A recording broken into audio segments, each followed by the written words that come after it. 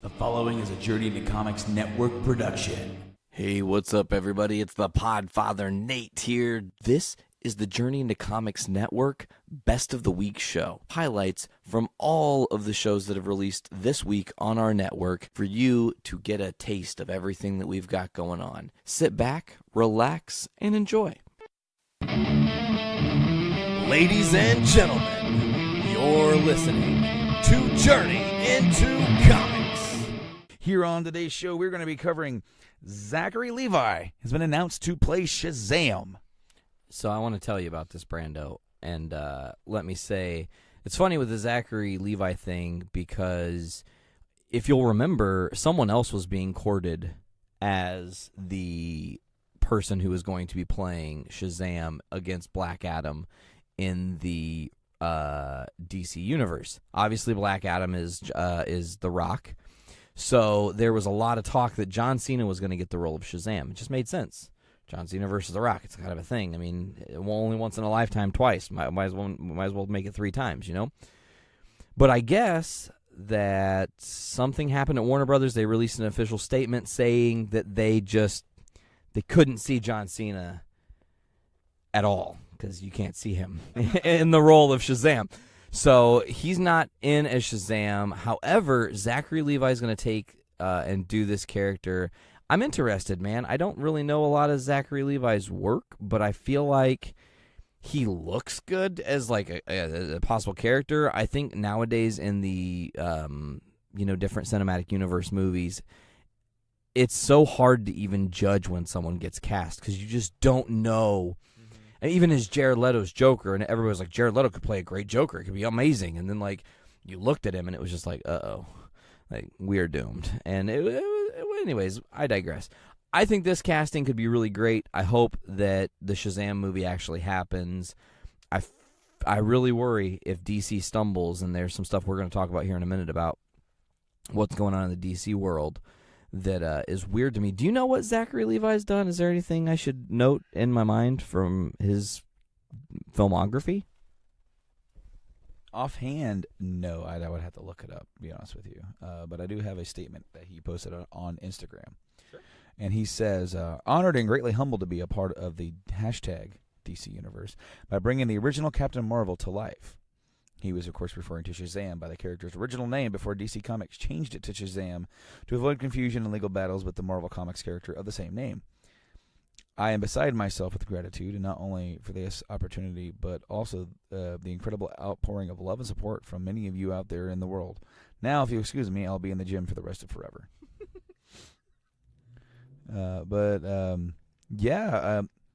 This was, like you said, it was kind of out of like left field for this, because I'm actually looking up on IMDb right now to see, because I want to say he has been in some stuff, and look at that, he was in Chuck.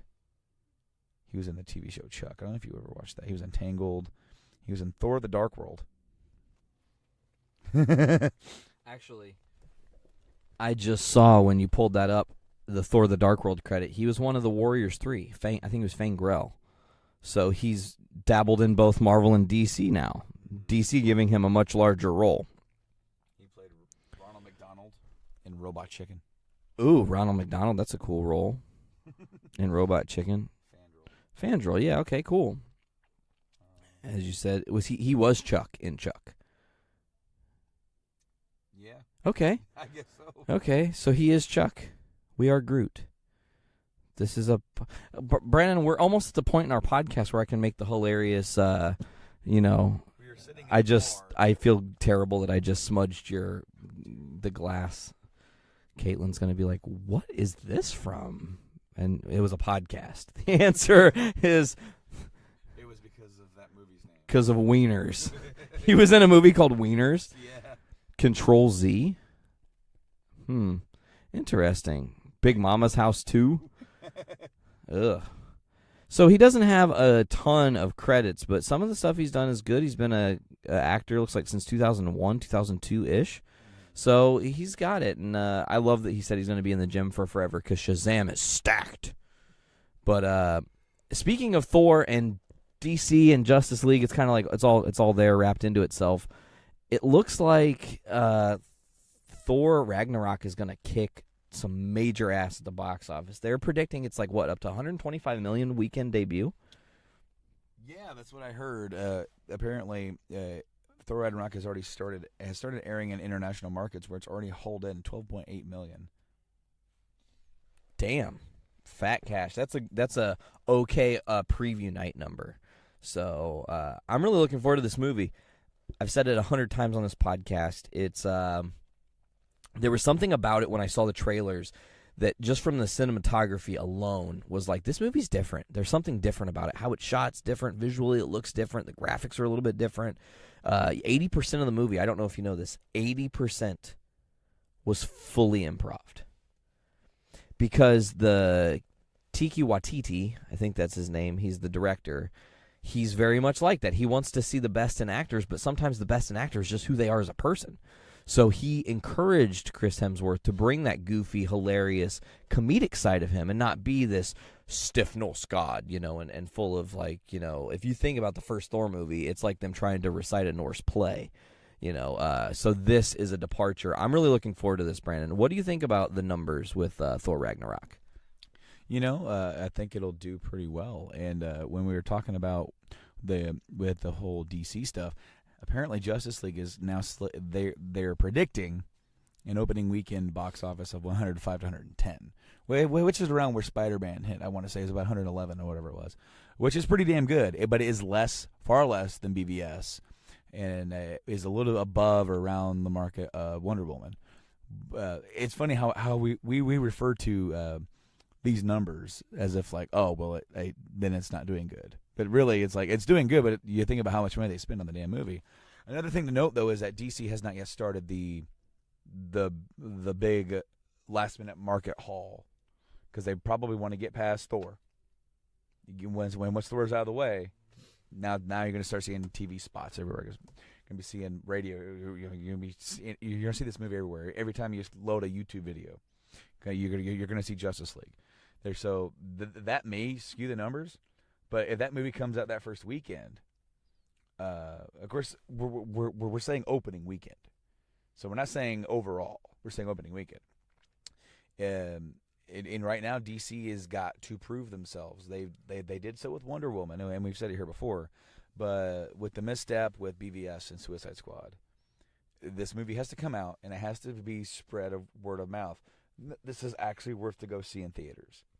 And then you're going to see a potential, well, there might be some more to be made on the second week or the third week. People going, okay, you know what, maybe I will go and not wait till Redbox or, get it on video somewhere. So that's what I think. Does Thor Ragnarok have the capability of beating it? Absolutely.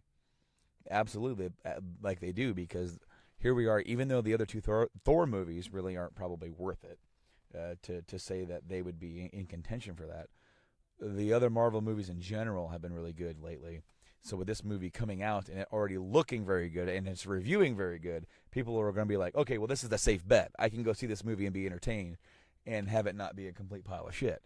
So with that being said, it's a very logical possibility that Thor is just going to go and outperform it.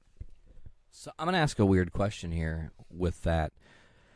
If it outperforms Justice League, let's just take a random bullshit-ass chance gamble and say that Justice League pulls in 107.3 mil, and Thor Ragnarok does 124. That's conservative, a little bit on the low side, right? So if that were to happen, does that almost, and I know it's hard to even say this because it's so weird how everything is happening in the universe of movies and comic books and all this, do you think at that point we're at a juncture where DC's almost backpedaling, going, well, maybe we need to rethink everything and scrap and start again? Because, listen, first Thor, the mystique of, oh my God, we're going to see a Thor movie. People rush and go see it in theaters, okay? And it's not a bad movie. It's not an amazing movie. It's kind of somewhere it rides the middle. It's not the best Marvel product. Then you have Thor 2, again, another number one movie that Marvel released. They're on a roll. They've released so many number ones. That's one of them. But it wasn't a very memorable movie. There's not a lot of things you could even remember in that movie other than there's some weird blood-looking shit, right? This movie is like a Thor movie that everyone who's a Thor fan wants to see. amplified by people who are already interested in the Chris Hemsworth personality. So when they see his personality on screen, it's like, oh, this could be like a buddy comedy, a buddy cop movie. So I'm just curious, do you think this could signal a desperate change for DC? I don't know about that because I feel like they're already so far into going forward with the Batman stuff and with Aquaman and stuff like that. I don't think so. It's too late for them to just pull off course completely. But with what you're saying though, with the Thor, I really think that the product of this movie that we're going to see, it's there and it's that interesting. And because Thor has been made more interesting by his appearance in the Avengers movies, that has really shaped this character. Unlike his own movies, where the focus is entirely on him, they haven't really been that interesting. But when he can joke and be buddy-buddy with Stark and with Captain and with all these guys and be there and be involved, he's part of a mass. And so people go there and go, yeah, dude, Thor was awesome in that movie. So when they go see this and they see, oh, he's teaming up with the Hulk. Well, okay, let's go, because Hulk doesn't, we haven't seen Hulk for a while.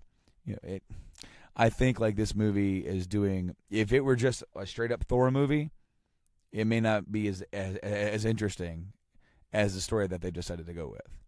So, with that being said, like we're gearing towards a very interesting, like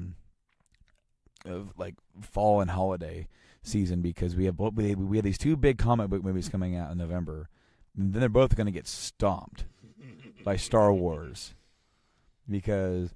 Even though it might not even do as well as Force Awakens because of the big hype and the mystique and the wonder is Force Awakens. People went to go see that movie based on I don't know, but now since the trailer has dropped for this, maybe it does do better because now they're like, what are they doing with this? Wow, okay. So very interesting into the year. Very exciting for us because it's we like talking about this shit. So I'm just looking to see where we're at on time because it's kind of hard for me to do. We're about 13 minutes into this segment. I don't know how much more we have left to talk about these things. Well, I want to say one thing. I don't know this officially. There's a little Justice League news I want to end with mixed with a little Thor news. We'll start with Thor because we were just there. So as far as Thor, have you heard what the rumored post-credit scene is? Do you know anything about this? Was that the Guardians picking up his body? I'm pretty sure that's what is going to be. I don't quote me on that. I don't personally know that's going to be the fact. That would be the most sensible thing. Tonally, there's been a shift. It's a little bit more comedy. Now Thor's floating body is going to end up on the Milano. It'll be hilarious. Now on the flip side, some people in China have started to review Justice League and talk about it. They can't say too much because there's embargoes on the reviews. However, confirmed. Someone put in a tweet. It was a little bit understated. You will see the power of a green light. So I don't know if that was maybe a post-credit scene or what they're doing there, how that's all going to come into play. But it looks like we're going to get a Green Lantern at some point in Justice League. I don't know how you're going to do that.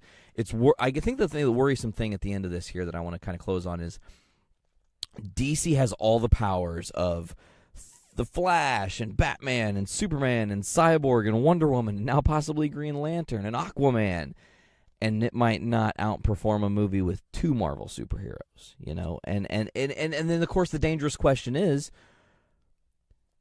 are DC going to be really smart and buy advertising on Marvel's movie so that Justice League plays before Thor? Because that's a smart thing to do. You have your audience right there.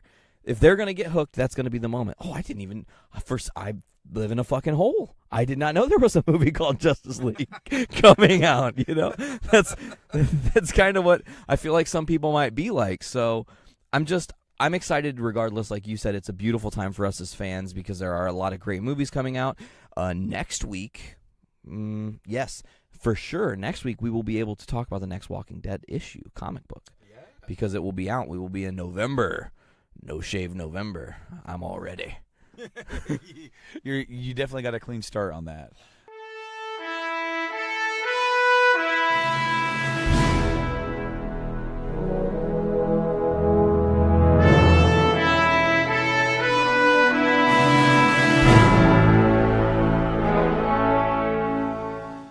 Good evening, ladies and gentlemen, and welcome to another episode of The Poor Rapport. I am your host, Andrew Poor, and I want to thank you for joining me. Now, one thing that's kind of nice when you have a group of friends is that you get to do kind of a group-themed costumes, or if you're in a relationship or have a partner, you can do a couple's costume. So on Friday night, went out to the bars in my area and had a little pre-gaming ahead of time, and a couple of my friends and we dressed up as the Scooby Gang, or the Mystery Gang. So I dressed up as Shaggy. So I had the green shirt, the brown pants, had the kind of the fluffed up Shaggy hair. My fiance was Velma, so I had the whole orange get up. Another friend of ours that's a couple friends of ours, they were dressed up as Fred and Daphne, had the full white and the purple and all that. Then one of my friends actually got a Scooby-Doo hoodie that, like, when you zip up and you put the hood down, it actually looks like the cartoon Scooby, which was pretty cool. And we took a picture of that, and I'll probably put it up on my Instagram later. It was just fun because it's kind of nice that you get to kind of do something as a group activity. You don't have to settle on doing something that's just unique, that just individual to you. It's something that you can kind of share with someone else, and it makes it more fun going into it. It's kind of like an accountability person. So went out, got celebrated that, and kind of going to the bars on a Friday night. Sometimes, especially at this time of year, you have people who do dress up and you have people who don't, and more often than not, a lot of places we went to were not dressed up, so we didn't really have that theme. One bar we did to go, there was a very dance-happy Spider-Man that was just bobbing and weaving and swing dancing. It was a little unusual for Spider-Man to do, but I guess if you're Spider-Man, swing dancing probably would be the dancing that you would like to do. So that was fun. And then Saturday, dressed up as Ron Swanson, so I went from full beard that I wear normally to a goatee, which I wore as Shaggy because I wanted to keep the mustache to use for Ron Swanson. So I'm in my red polo and black pants and my mustache for Ron Swanson on Saturday, and then my fiance dressed up as breakfast food because Ron Swanson loves a brunette with breakfast food, and that's who my fiance was. So that was fun again, and got to go to a house party and have some amazing sangria and beer pong and all that fun stuff you could do. And it's kind of nice to, after a stressful week of work, to go out and just have a good time. And it was just made for a nice little Halloween. And I know on Friday, while we were kind of pre-gaming, hanging out at my apartment, we were watching Nightmare Before Christmas, which is the kind of the debated movie. Is it more Halloween? Is it more Christmas? Is it good just to watch in between? I think it's more Halloween just because of the characters and the story and the amount of time you actually spend in the Halloween world. So that's kind of my views on it. I know some people think it's more of a Christmas movie because that was kind of the whole point of the story, is someone that wanted to find something different, so we found Christmas World and all that fun stuff. And it's a movie I haven't seen all that recently before then, so it was kind of nice to kind of rewatch that. And even though it wasn't directed by Tim Burton, it's still a very well done movie, and you see with all this claymation work that it took God knows how many hours to put all that together and make a movie. So it's still a good classic movie to watch at Halloween time. And I guess at Christmas too, you could always pull it out again. I definitely lean more towards Halloween though.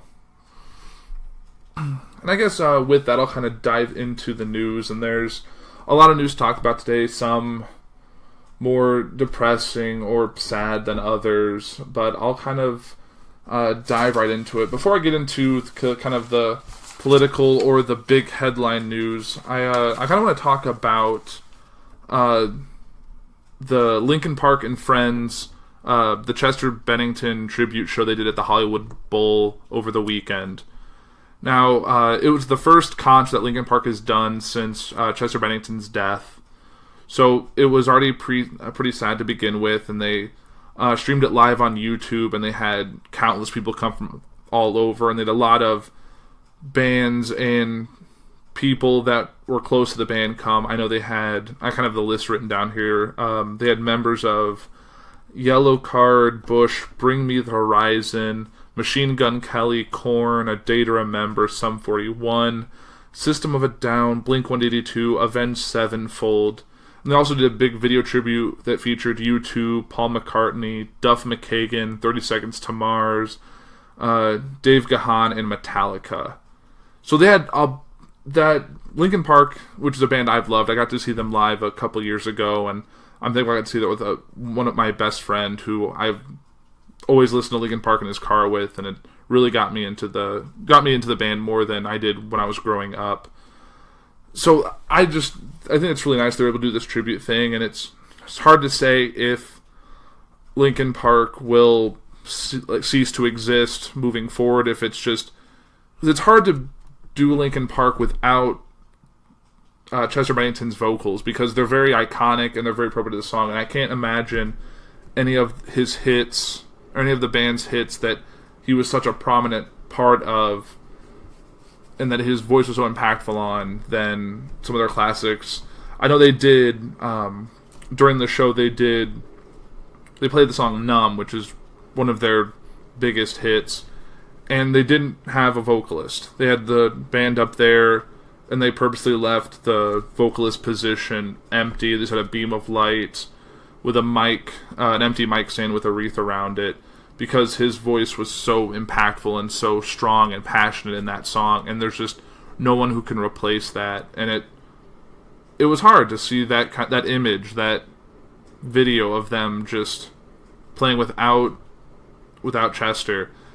And I know in other songs they did that night, they had singers and other artists that I listed earlier fill in, but it's definitely not going to be the same. And I think it's going to be hard to move forward, but bands have done it before. Bands have brought in someone to kind of carry them through, but it's not going to be the same, and I honestly don't know where they're going to go forward with it. But I'm glad they're able to do this for the fans and for the people who loved Linkin Park and Chester Bennington, and my heart still goes out to his family, who are still dealing with his loss, and his bandmates who've been like family to him his whole life. So thanks for everything, Chester and Linkin Park, for being a big part of my life growing up. And I guess kind of directing from this into some more less than savory news, and this is actually, there's two bits of news that have dropped recently. Last week, George H.W. Bush Sr., who's a 93-year-old former president, recently came out. There were sexual assault allegations against him. The first was Heather Lind, who is an actress on that TV show on AMC Turn, Washington Spies.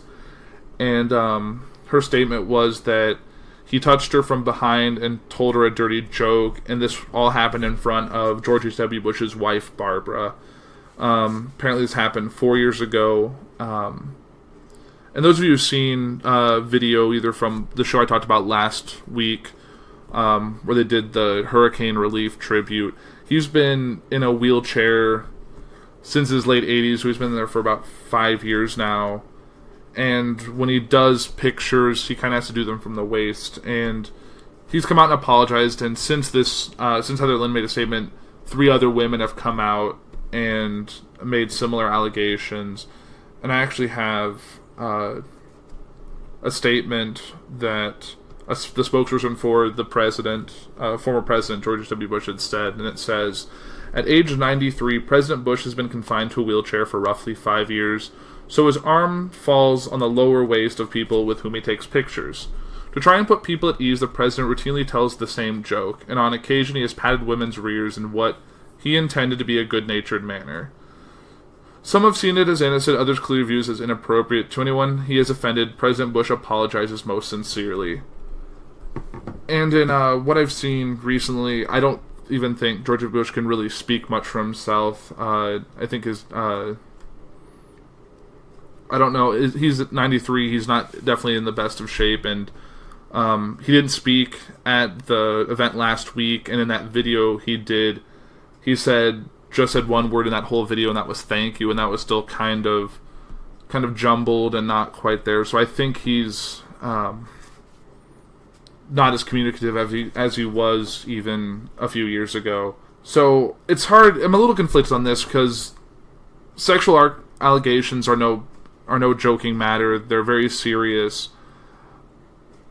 At the same time, this is a 93-year-old man who may not have full understanding of what he's doing and how it's being construed. As anyone knows, a lot of people have older relatives who sometimes can say or do things that may not be maybe inappropriate and they wouldn't do, and maybe it's just that he's no longer in his right mind or has full control of his faculties in that regard. And being a former president, he's definitely in more spotlight as any celebrity or someone of well-known status is. So I think he's right for apologizing for these actions, or what these actions have been construed as, even if that wasn't his intention. I think it's just best for him to kind of stay out of the spotlight and try and lay low.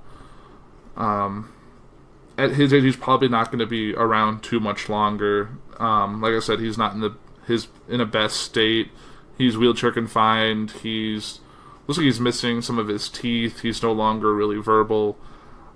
I honestly don't know how his future is going to be, but I don't want to see kind of his last couple years be tainted by this. But this is the same thing we saw earlier this summer with all the Bill Cosby allegations, stuff that he did at a young age, and now he's paying the price for it. And he also is older and is up there, and he's paying for crimes he did commit then. But this is all stuff, at least as far as we know, that's happened very recently since he's been wheelchair bound and since he's been this. And it's might be that with everything that's been happening lately, people are more inclined to come out, or people are thinking about this. But I'm not trying to say that what he did was okay, because it's not. I just hope we're able to move forward and he's able to kind of atone for what he did and make it right with those that have come forward.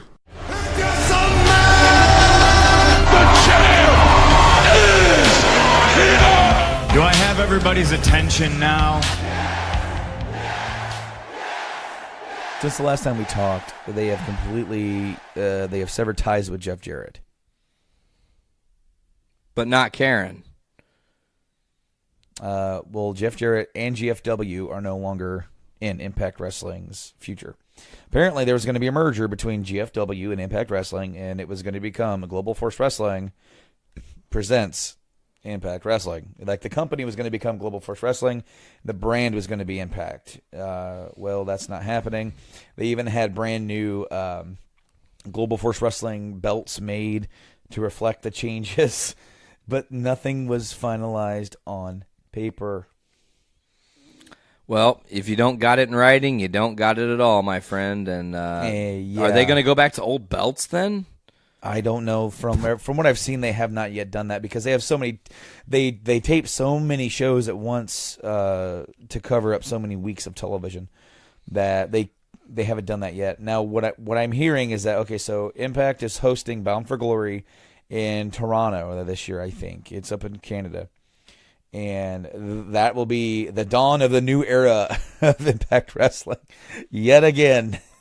Now, Jeff Jarrett has he was sent home from Anthem, who's the parent company of Impact, and was going to be the parent company of Global Force. They were going to acquire Global Force from Jeff Jarrett. And Jeff Jarrett was a creative director. He started off as just a consultant, and he kind of became a bigger deal again, like he used to be. And then I guess he got sent home due to some drunken shenanigans of some sorts. And then they announced this, and then they ask, Jarrett says one thing about the whole deal, and he says on Twitter, Anthem is out of money. Oh. And that has been a rumor that Anthem has been looking to sell the Impact Wrestling brand that they acquired from Dixie Carter back in January.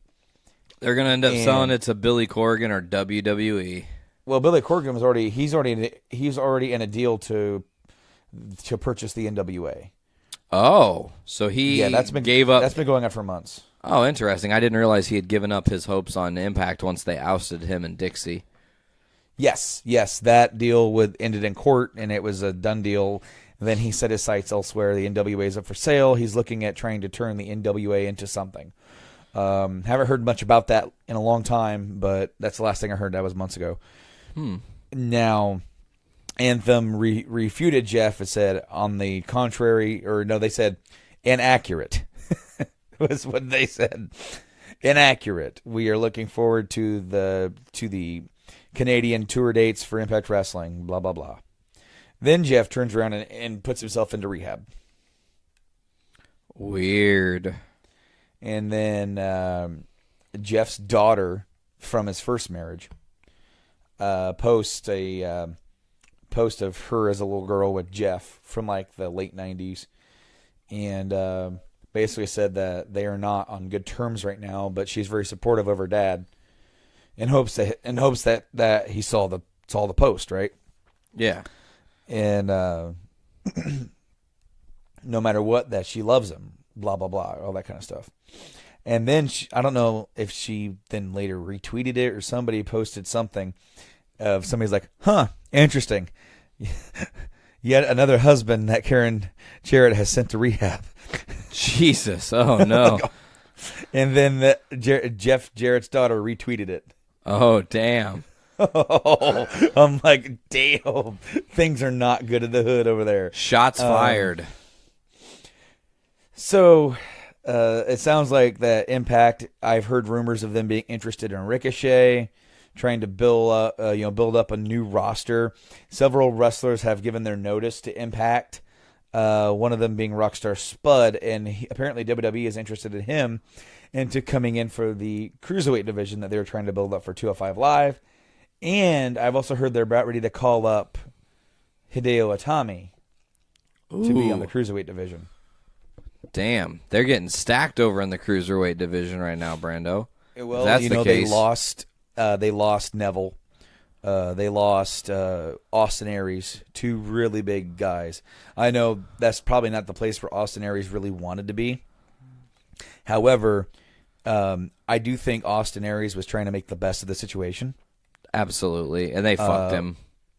Yeah. He should have won his title at Mania. That would have been awesome. Well, not only that, but the match should have been on the fucking DVD. True. Also, did you know that Neville has been cut from 2K18? Or was cut from 2K18 right before its release? That is ridiculous. They are, well, and here's the other thing. We talked about a long list of releases. Neville's name is not one of them. They are not releasing Neville. They're going to fight to keep him in his contract. They're going to probably punish him monetarily until he's like, shit, I got to work for these guys. They're not going to let me go. I mean, he was a top guy. He was billed as a top guy and was building it up. They gave him the King Neville shtick for a hot minute, and then everything kind of fell to shit and fell by the wayside, and that's where we are now. In all of this is Neville's unhappy, looking for other things. It seems like a lot of people are unhappy. It also seems that ROH is a cool place. I feel like I'm going to start watching more ROH programming, honestly. Well, I mean, welcome, I guess, to 2004, Nate. ROH has always been really cool stuff to watch. I mean, I've watched it on and off throughout the years, saw early stuff of Samoa Joe, CM Punk, Daniel Bryan, or Bryan Danielson, and, of course, Low Key, Chris Daniels, so many guys. And Homicide. Can't forget about Homicide over there. And then, of course, you have the next generation. You have your Kevin Steens. Your Tyler Black. Tyler Black, your El Genericos, that next class of crowd that are now all in WWE programming. But, and, of course, Austin Aries, you can't forget him as well, with some of these great names that have come up throughout, the roster. And then, of course, most recently, Adam Cole is now in NXT. Baby! And I just got a text message. Well, I'm going to... our good friend Joe Grimes. Oh, Joe Grimes. He got some wrestle talk? He does have a wrestle talk. That's pretty much the only thing he texts me about, really. Sure. What's it say? Let's riff it here. He says Bobby Roode has the most badass spine buster. Dude, it's pretty pro looking. I mean, he's got it down better than I think even Triple H had it down. And I thought H had a hell of a spine buster for a while. But Bobby's is just so fluid. Yeah, best spine buster in the business, though, in my opinion, always Double A. Arn, Yeah. There is no better spine buster. I mean, and Triple H emulated that spine buster. I mean, that was Arn's spine buster without a doubt. But to me, I'll never forget it. One of the most impactful spine busters probably ever, and it was on the biggest stage. It was WrestleMania 18, Ric Flair versus Undertaker, and Taker's beating up Flair, and out of nowhere, Arn Anderson comes out there, and Taker, I think Taker kind of hits him first and kind of takes him down. And then you think that, okay, Arn came in, but he got taken down. And then he goes back, and then he comes back, he's running, and all of a sudden Arn grabs him, boom! Spine buster, and the crowd popped so loud, like, is that Double A spine buster? Like, shit. Still got it. Fucking Double A, nailed that spine buster on the Undertaker, and it was fucking awesome. That was during Badass Undertaker? American Yes. Badass era? Well, it was the Big Evil, I guess you could say. It was the next step from American Badass. It was right before he went back to Dead Man almost. But I was watching some old WCW. I was watching 1991 Halloween Havoc. Cool. And I was watching the tag team title defense between the Patriots, the U.S. Tag Champions, who were challenging the World Tag Team Champions, the Enforcers. Ooh. Of course, Arn Anderson and Larry Zbyszko. And sitting there watching that, and it was a pretty standard tag match. I don't really think much of the Patriots. I don't even remember their names. I just remember the tag team name, and I'm like, wait, are they talking about Del Wilkes? I'm like, nope, not at all. Two other guys. Okay, carry on. And for some reason, of course, the Patriots were the U.S. Tag Team Champions because America. And you had the Enforcers, and I mean, both Arn and Larry were great workers in their own right. And I really feel like they are a underrated tag team because they were a damn good tag team. But then I remember just watching that match and see Arn hit that spine buster. It had been a long time since I've seen, maybe since a long time since I actually paid attention to Arn in the ring, because usually he's in there with somebody else. He's in there with somebody who's flashier or somebody who's kind of taking your attention away from him, and he's making them look good, like your Stings or whoever. But he just happens to be in there with these guys that are really just, no offense to those guys, just not that great. But they're carrying enough. But Larry and Arn are carrying these guys to a good match, and then so now I'm focusing in on the heels, and I'm watching them work, and I see Arn hit that fucking that fucking spine buster, and I'm like, God damn, he was so fucking good. Pro. I like how I really like how we just went and nerded out about Arn Anderson, because thanks Joe for that, because that was a tangent that needed to happen on this show. I totally agree with Arn that. Anderson. Arn Anderson is one of the most underrated wrestlers in the history of the business. Warning, catastrophe imminent.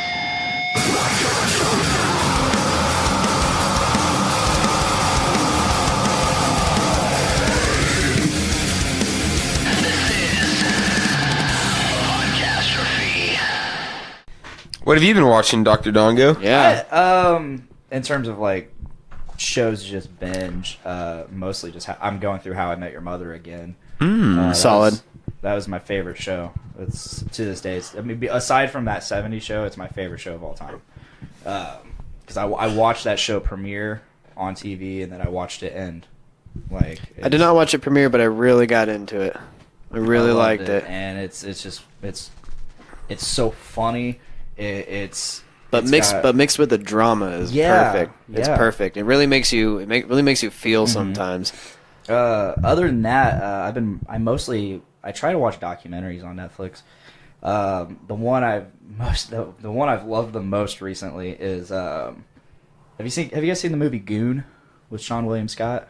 Have It's a not. hockey movie. No. I've heard about it, but not seen it. Jay Baruchel and I think Eugene Levy's in it too. He plays the dad, but he's a very minor role. But it's Sean William Scott, and it's about a guy who really has nothing going for him in life. He's a bouncer at a bar, and he's just super fucking tough, but he's got no other talents.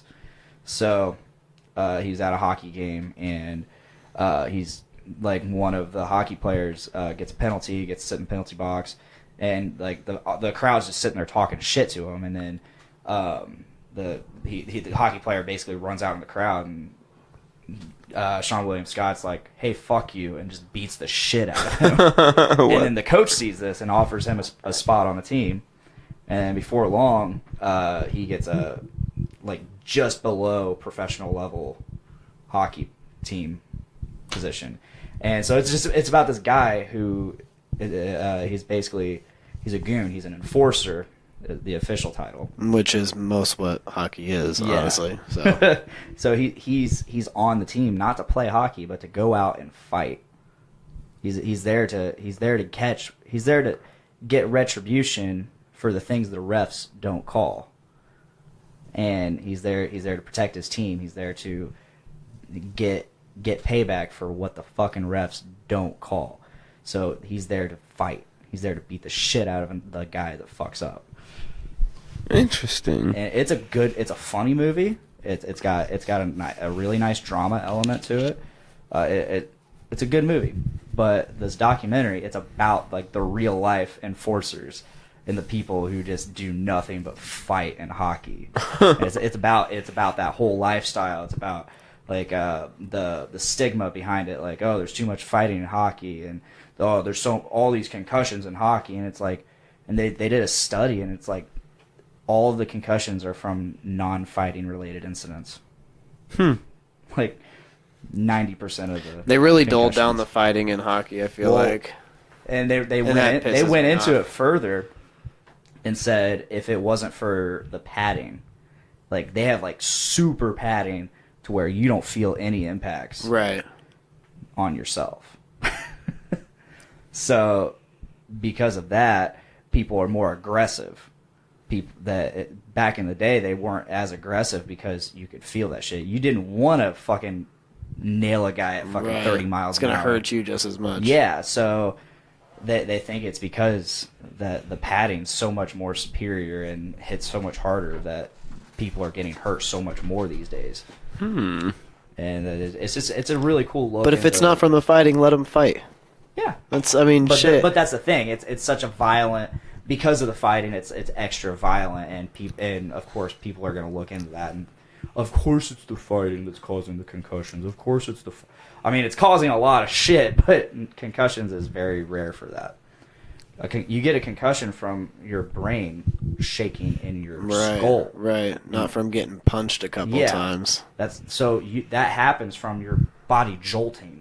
Right. Whiplash. Yeah, whiplash. Your body, you just fucking get knocked fucking senseless. Not from getting punched in the face. I've had one concussion. I got hit in the temple with a baseball being pitched at me. So that one hit me pretty good. Yeah. And that was in a pretty tender spot. So that one was pretty bad, and I could see where they come from. But getting punched a couple times, like let them hit each other a couple times, then break it up. Like don't break it up instantly. Your brain isn't sitting snug inside your skull. No. There is some space between your skull and your brain, with some brain fluid and whatnot. So, like, there's room for your fucking brain to bounce around in there if it happens, and that's where the concussion comes from. A lot of people don't know that. But yeah, it's an excellent documentary, and of course it goes into the lifestyle and like what the people think of it, and like how, like there's this one big ass burly dude with this giant beard, and you could tell he lived for it. He's like, oh yeah, I went in there and I'd fuck him up. It's like, and they'd go into like the rituals, like what they would do before a game, and how they would toughen themselves up. Like that same guy, he talked about he literally demonstrated. He wrapped a chain around his like a fucking big ass big ass Lynx chain around his knuckles, and he's like, I'd wrap this around my hand and I just go out and punch trees. How does that condition you? I feel like it's just gonna hurt your hands more to where it calluses your fucking knuckles and shit. I guess I don't have that pain tolerance. It calluses your knuckles, so calloused knuckles, you're not gonna feel it as much when you're hitting somebody, when you're hitting skin. Obviously, if you're hitting a tree, right, you're gonna fucking feel it more. But skin and bone contact, It's crazy. It's a great documentary. I can't remember what it's called at the moment, but if You'll I have to find find it, out and let me know. yeah. I just watched a documentary on HBO about Steven Spielberg Oh yeah. called Spielberg. Nice. And it just kind of goes through his whole life and all the movies he did. And I did not realize how many really, really awesome movies Steven Spielberg did. Almost obscure, though. Like, you would not expect Steven Spielberg to be directing those movies. He's done it all. Yeah. He's done every Everything. style of movie Everything. you can imagine. Real quick. I've noticed his name on things. Real quick. The documentary is called Ice Guardians. It's good stuff. Ice Guardians. Good stuff. Anyway. Yeah, were you Spielberg. saying? Spielberg. Real good. He was apparently the one who, he didn't coin the term, but he created the term blockbuster Nice. when he made Jaws. When he Say made, Jaws, I've known Jaws to be called the first blockbuster. and it was just a movie that was just insanely popular that no one knew what to do with it. And then he did, what is it? Encounters of the Third Kind or something weird. Something like that. Yeah. And then E.T., Indiana Jones, Schindler's List, everything. He did There's a Schindler's List? lot. Yes. I did Yeah. not know that. There's a lot. Yeah, he's crazy. He's done so much stuff. A lot of stuff that I really like. I didn't realize how bad people thought the Temple of Doom was. Apparently, like, looking back on it, I can see people's perspective, how it might be insensitive. It's been a long time since I've seen it. Yeah, it's been a while. So I don't know if I can. I've seen Raiders of the Lost Ark and The Last Crusade in recent years. Good luck.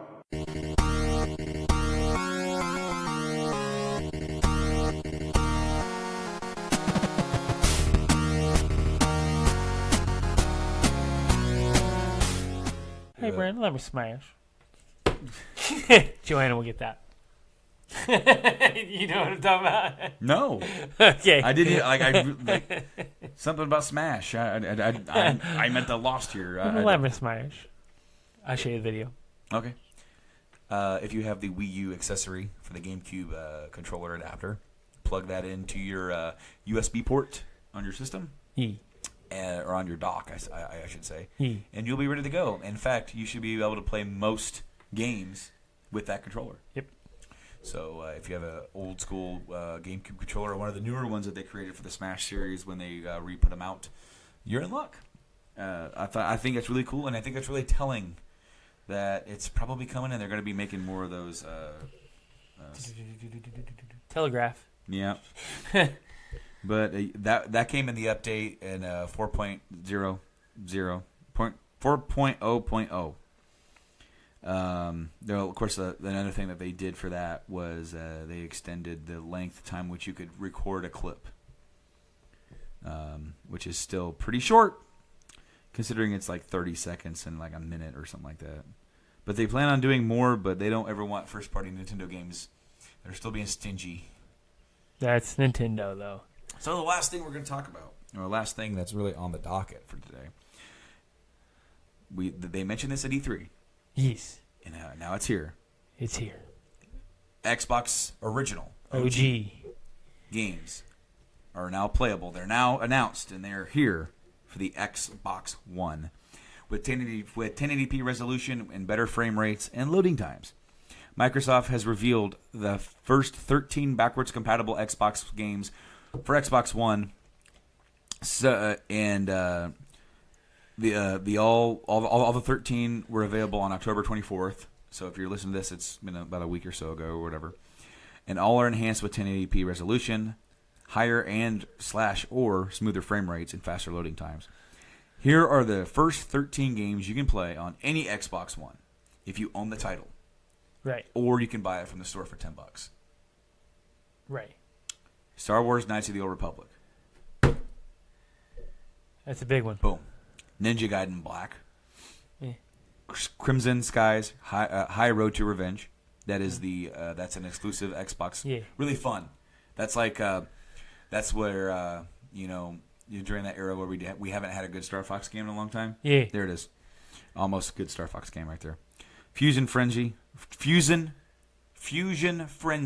You got it? Yes, that is a Xbox exclusive. It's like a mini game fest, or it's like some sort of game show type thing. Prince of Persia: The Sands of Time. That's a good game. Yeah. Psychonauts. Dead or Rights. Black. Yeah. Grabbed by the Ghoulies. I've never heard of that one. Huh? I've never heard of that one. Grabbed by the Ghoulies. That was made by Rare. I never After played it. Rare did, they did Banjo-Kazooie, they did Right. GoldenEye, and they did Perfect Dark. Grabbed by the Ghoulies was one of the first games they did on the Xbox after they got bought. Huh. Sid Meier's Pirates. Red Faction 2. Here's a good one. Blood Rain 2. That's a good one. And the King of Fighters, NeoWave. That was okay. If you have your original Xbox disc, just insert it into the console. If you own it digitally, like if you owned it like on your Microsoft account, that'll also work. Many of these games can also be purchased from the store in digital form for $10. And then there's a comparison video of for titles that support System Link multiplayer. It still works. Really? Even across... You know what I'm surprised about on this? And all this that you just said? Where are my Halo titles? I think the reason why they left them out, Halo Anniversary. Master Chief Collection. Master Chief Collection. It's all there. So Yeah. you don't need Halo 1 or 2 because you can get those on the Xbox One. Yes. That's why they didn't do it. It's got to be. Why shoot yourself in the foot like that, I guess. Pretty much. Anyway, let's get back to the article. This is from IGN. It says, for titles that support the System Link, it still works. I got a 4-player round of Crimson Skies with me on the original Xbox. Another person on an Xbox One X. Another person on an Xbox One S. And a fourth on a launch Xbox One. Online multiplayer is not supported. However, as servers for the original Xbox games were shut down a long time ago. So, across 4 different Xboxes. That's awesome. That's You awesome. got Crimson Skies. That is crazy. They system linked all those together, and it worked. I tell you what, back in the day, System Link was the shit. When I was deployed, we had a spider web of Ethernet cables. Literally every tent, everybody had an Xbox and a TV. So we had just a spider web of just Ethernets all hanging over our tents, going down and everywhere, because we slept in like 20 to 30 man tents. Yeah. That's all we had. They were everywhere. And we actually got yelled at a couple times for it. We're like, we don't even care. that's what we do our pastime. We're in a foreign country getting shot at every day. We can do this. And now you're like connecting on playing like multiplayer Halo and stuff like that. Oh yeah, that's all. Halo 2. Yeah, Halo 2. You used to dominate that. I never did it myself, but I saw our good friend and fellow host here on the Journey to the Comics Network, Nate. Yeah, he had a LAN party at his house once, and I got to see that. So, I brought this game. I brought Knights of the Old Republic because yesterday I got home and I threw this in. And what you got to do is nothing came up when I put it in. I was like, "What's going on here?" I went into my game and apps. I don't know if it just took a while. It might have just taken a while, but I went into my game and apps and it said in queue 1. So I went to my queue and it's like, to play this, you need to download a free update. Free updates to the game. Right. It's like just under 5 gigabytes for this game. Right. It loads up, downloads, does all that stuff, and then you click on like to play, right? Yeah. And it does the old school Xbox system startup.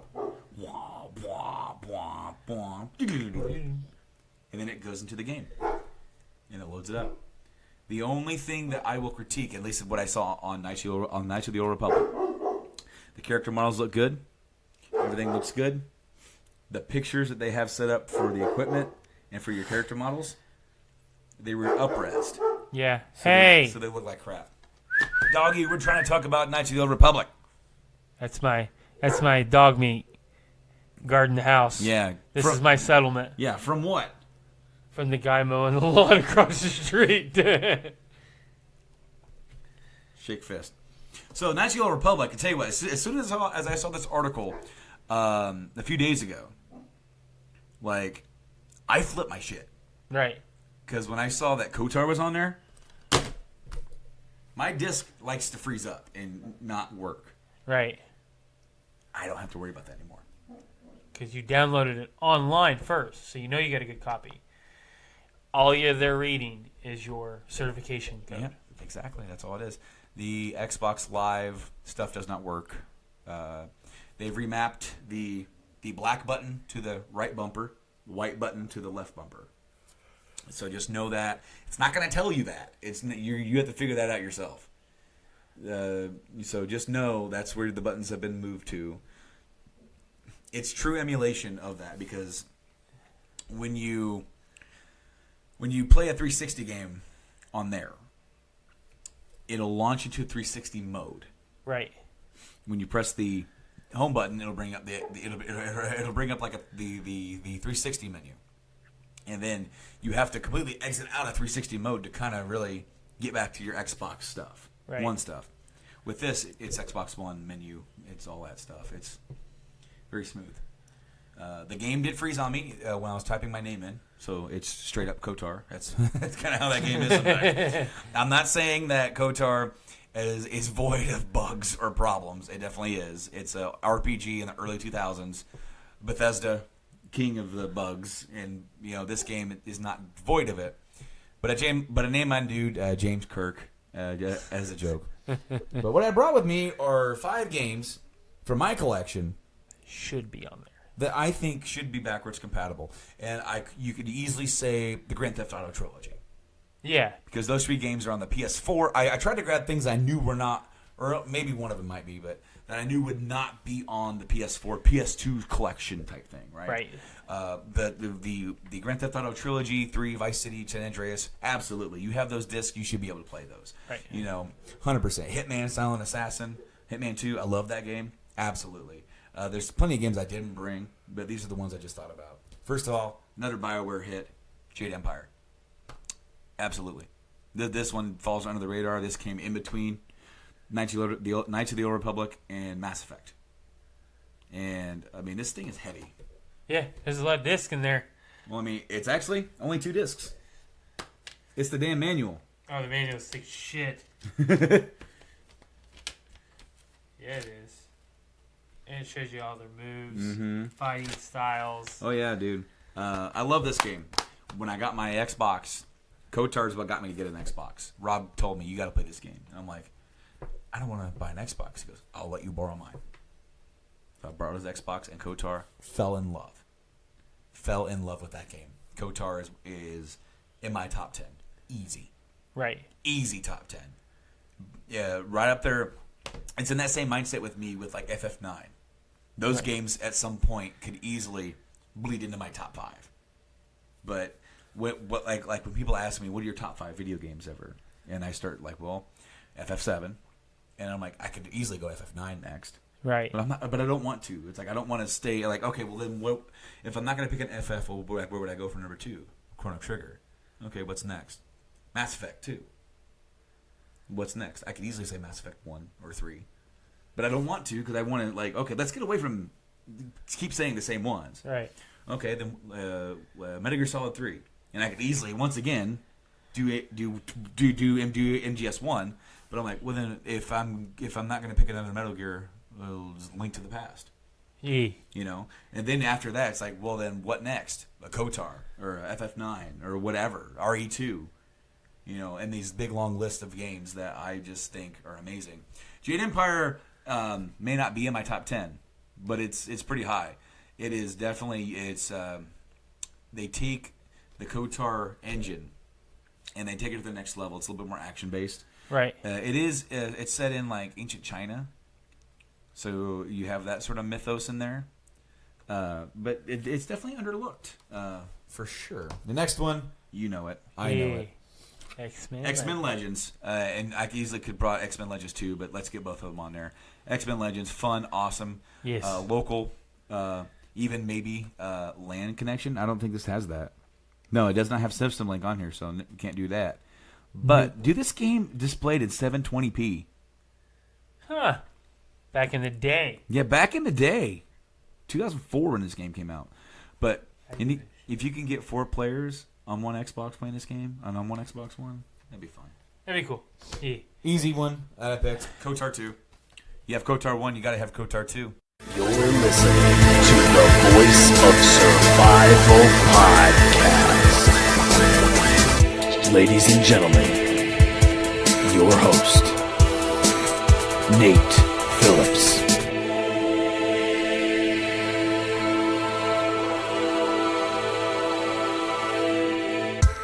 I remember my first concert. I think I was 5, and it was John Hyatt at Ravinia Center.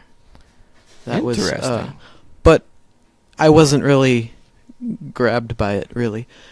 After I had a large Beatles obsession. The next time I really got into music was right around the time I had taken piano lessons with Sarah. I was around 12 years old, and I started to get into Marilyn Manson and kind of the goth rock sort of genre, and I really appreciated the performance aspect of music, and I thought that was a really interesting thing, and I decided that I wanted my life to be involved with music. I think you've done a great job of doing that and seeing your evolution as a person. Like, good thing about Voice of Survival is we can jump around in your story a little bit. It's super interesting because you have a really prominent part in my story of music, in my new journey of music, because you were Really? a part of my first show. You know, I had been out of the game of music for a couple of years, had not performed, and it just so happened that the first time Walk Among Us played, we played alongside of you guys. Yeah, that was a really fun show. Wasn't it at Big Shots in Valparaiso? Yeah, and That was that was a crazy night. You know, it's just that you think it's just like this person who, again, I've known you since you were a younger dude, so the evolution of you as a person is interesting because I do remember when you were younger and into getting into Marilyn Manson, and Sarah just said she had this student who craved the music knowledge and wanted it, you know, at the highest level. Not necessarily that I practiced enough, but no, but you just had the drive that you wanted to be doing music somehow. Yeah. You know, I think that's the most important thing. It doesn't always mean, you know, as a musician, trust me, there are a lot of bad musicians out there who don't practice, who are very famous. There are also great musicians who practice every day who no one knows. So practice doesn't necessarily make everything. It's sometimes just the drive and will to do music at a level. And that's definitely a very big part of it. I mean, a lot of the musicians that I'm personally into now are musicians that people rarely hear of or don't hear of at all. Yeah, and that's another interesting quality about you. I feel like you changed your mental level of what you wanted out of music, because it was one thing with the kind of the Marilyn Manson style of music, and then now where you are in your band Belladonna. So we're going to fill this gap in here and kind of better to understand what is the journey between your becoming a teenager to where you are now, musically speaking. I know that's not a huge amount of time, but what has caused you or helped you to evolve musically to the point where you make the kind of music you make now and you strive to learn and do different things and experiment with different sounds and stuff? I mean, you play a didgeridoo sometimes. It's incredible. Why, thank you. I mean, literally no other band do I know have I ever been able to say, someone in their band can play a didgeridoo. Well, I would have to attribute the evolution of music for me to art, and in the visual sense, art is was a very large part of my childhood. I grew up going to galleries, and I understood visual art better than I did really anything else, musically or otherwise. I understood the concept of modern art at a fairly young age, and the the concept of visual art is very similar to the concept of music that I've come to slowly realize that there's art that there's music that only musicians can really appreciate, and then there's music that is marketable to the masses and it's not really that great in quality.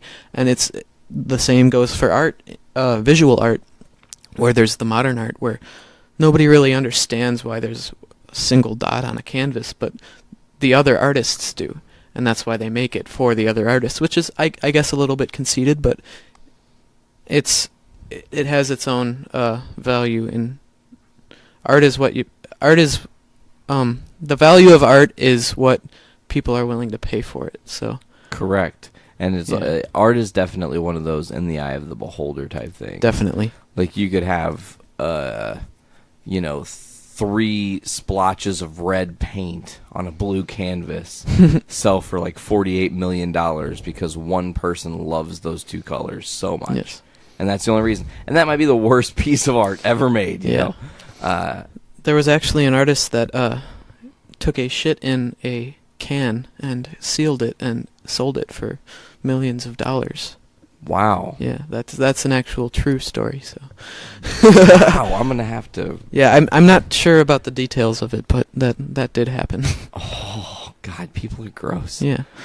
I want to kind of jump now to we're still building you as this young person coming up. I was a part of what I think was maybe the first step in the evolution of Neil. Oh yes.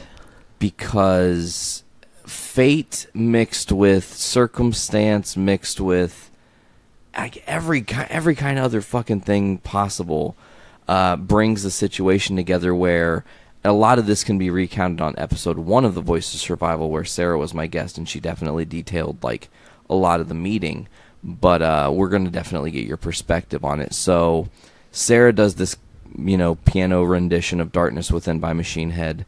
The band likes it. They tweet it, blah, blah, blah. We end up meeting them. The student that she was talking about on that episode that got to go backstage and meet this band was you. Yeah. Who also had seen and heard Machine Head for the first time that day. Well, here's another interesting fact. That was really my second concert that well, no, that's not true.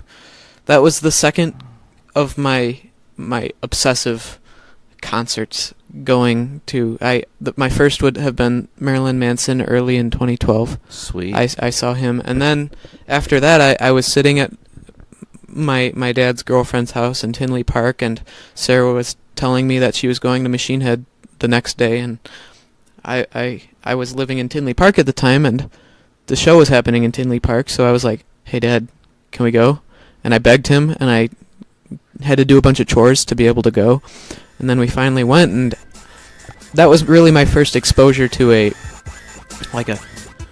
festival setting, I'd say. And that really grabbed my mind, and we got to meet Machine Head, and that was such a surreal experience.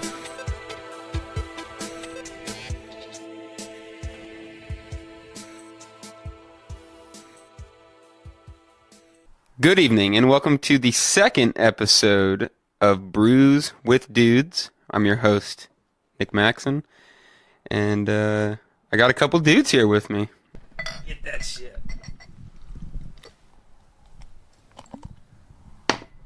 Ooh, that's dark. Now, what one is this? This is Ridiculous. Oh, this is yours. Let me see that bottle real quick. Thank you, sir.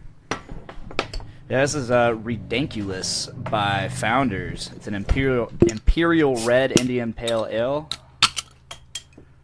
It is 9.5% alcohol by volume, 90 IBUs. I didn't check this stuff before I bought it. I saw the name. You just grabbed it. I saw the name and I grabbed it because I was pressed for time. Didn't even get it cold. Nope, didn't even get it cold. It's cold but now. But it is cold. Or at least the bottle feels cold. Yeah, it's pretty cold now. Let's read this. It is chilled. Bold, 9.5% Imperial Red IPA pours a pleasing burnt amber color. Caramel. I brought in a glass of water with me. There's the caramel debate. I think but I might what have about caramel? left it in the car. and roasted barley introduce a subtle sweetness, but the hops are the true headliner in this big IPA. The spicy, piney, and tropical complexities of Chinook, Mosaic, and Simcoe hops hit you right away with their dank aroma, and they stick around. It's not just ridiculous; it's ridiculous. Yeah, they're talking this up quite a bit. Let's check this out. Let me swish. Swish. Oh, it's got a kind of. That's got a very heavy. Heavy, definitely heavy. Scent. It's red. It smells and it tastes red. I don't think I'm gonna like this. It is an imperial I don't think you are red. either. Yeah. So, can I make a prediction? Dr. Dongo is not going to like this. It's definitely beer. got a bitter aftertaste. The smell is not. That excites right. me. I love a good bitter beer. It's very dank. It's not bad. I've smelled a beer like this before. I can't remember what it was, but That is actually smoother than what I'd Luckily- expect out of an imperial red IPA. luckily the last time I smelled this, It's pretty I was heavy, really though. already pretty fucked up, 90 and I can IBUs. handle it. Oh man, fucking ISIS. I got a whiff of it. Oh, ISIS. ISIS just dropped a terror bomb. Doggy fart. I'm going in, guys. Going in. It's a little much for me, I think. Yeah. I got to say, this is actually smoother than what I expected out of an imperial red. Yeah, it's really Absolutely. smooth. I don't like the taste. I would have to already be pretty far gone to Lapsapadoy. Appreciate it. not appreciate it, but handle it. This actually falls back It's not into bad. my earlier years when I was really getting into craft beers, because I really went heavy into the bitter, hoppy beers. Like the stronger and bitter and hoppier it was, the more I drank it. This is very, very bitter. And this is right up my nostalgia alley right here. This is really good. So when would you say you started drinking craft beer or beer that wasn't the big commercially brewed ones? I got to say, I really started getting into the craft beer and not commercial, more of the beer made with love. Yeah, the lovely beer that's made by a small brewery. I don't know. Say about 6-7 years ago, I've been getting into them, and I started off with Peoples to be my first like small brewery beer, and I just started going through what they had back then. And I remember when I was first getting into it, like most of the IPAs and stuff that I really enjoyed, it was very, very flowery and very forward with this,